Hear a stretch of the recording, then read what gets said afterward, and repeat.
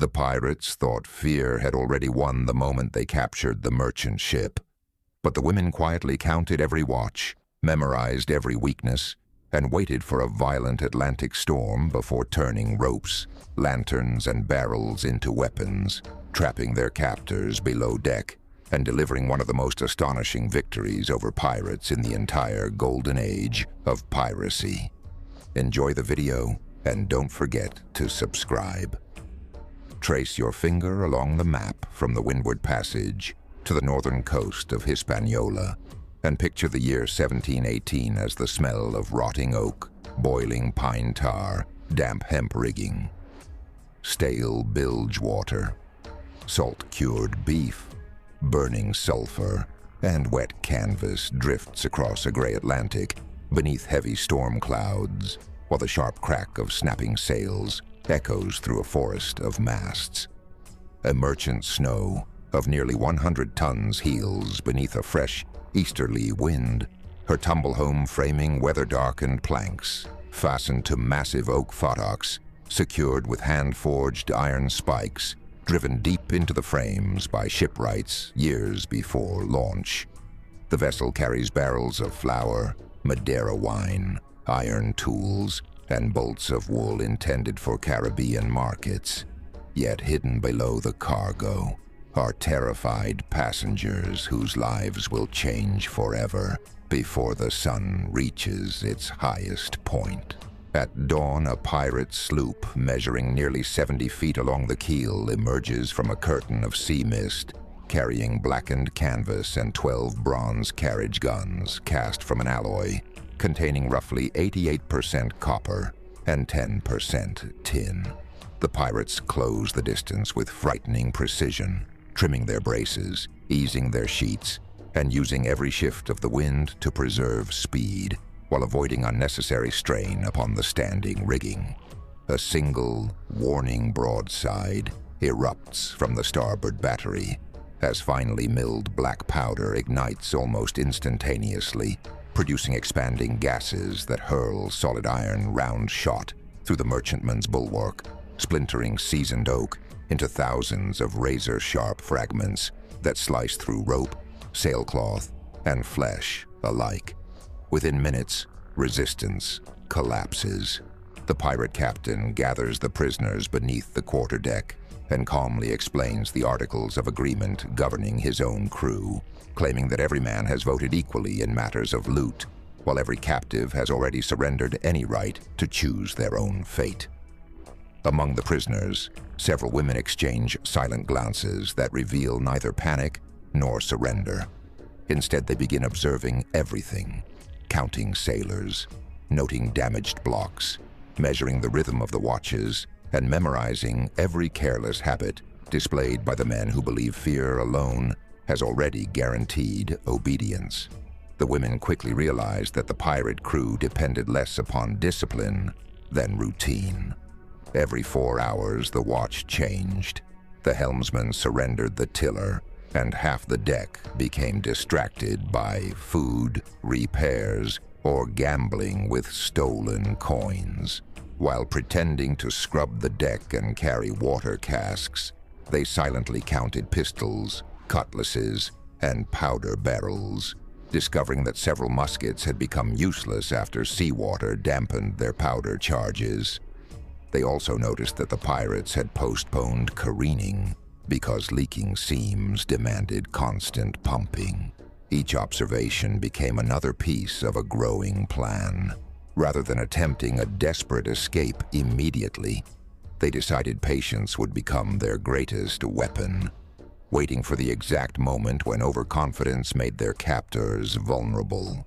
3 nights later, a violent squall swept across the sea, driving rain through every hatch and forcing nearly the entire pirate crew aloft to shorten topsails before the masts could split beneath the strain. Visibility collapsed beneath sheets of water, while lanterns swung wildly from the beams. The women used the confusion to unlock one another with a key stolen earlier from a drunken guard. Instead of attacking outright, they quietly scattered spare belaying pins across the wet deck. loosened the lashings, securing several loaded muskets, and spilled lamp oil beside the companionway. When exhausted pirates rushed below seeking shelter, they slipped, collided with one another, and lost precious seconds that allowed the prisoners to seize control of the quarterdeck and lock the hatch from above. The struggle that followed lasted only minutes, but decided every life aboard the vessel. One of the women reached the helm, while another used a boarding axe to sever the line, controlling the pirate sloop's mainsail, causing the canvas to flog violently in the gale and robbing the ship of speed. Others rolled heavy water barrels across the deck, creating obstacles that prevented the armed pirates from forming together. A captured merchant sailor finally broke free, loaded a bronze swivel gun with a charge of coarse-grained black powder and scrap iron, and fired into the deck just ahead of the advancing pirates.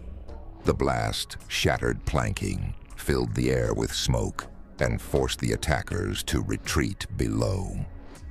The hatch was immediately secured with iron bars and thick hemp rope, while the remaining prisoners raised a distress lantern high above the stern. At first light, a Royal Navy brig, cruising nearby, spotted the unusual signal and altered course. Seeing a naval vessel approaching, the trapped pirates surrendered without another fight, realizing that escape across the open sea had become impossible. When the Royal Navy boarding party stepped onto the weather-beaten deck, they expected to find another merchant crew begging for rescue. Instead, they discovered exhausted women calmly guarding their former captors with unloaded pistols and captured cutlasses. Officers carefully inspected the vessel, recording damaged frames, cracked futtocks, torn standing rigging, and the scattered evidence of the night's desperate struggle, before placing every pirate in heavy iron shackles. During later testimony, experienced naval commanders admitted that the escape had succeeded, not because the prisoners possessed superior weapons, but because they had patiently studied every weakness aboard the ship. They understood the changing watches, the crew's dependence on routine, the effects of fatigue after storms, and the confusion created when darkness, rain, and damaged equipment combined. The pirates had believed terror guaranteed obedience, yet their own carelessness became the weapon that defeated them.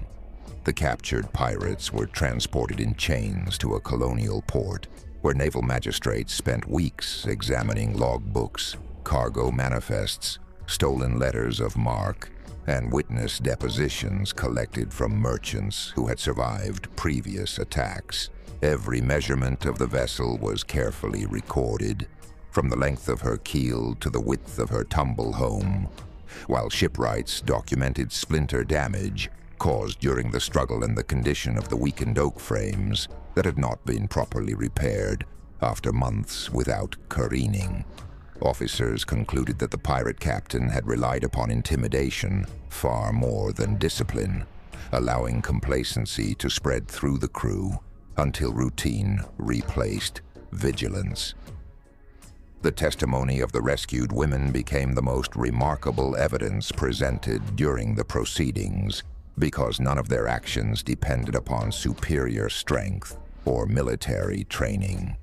They survived by observing details that their captors ignored.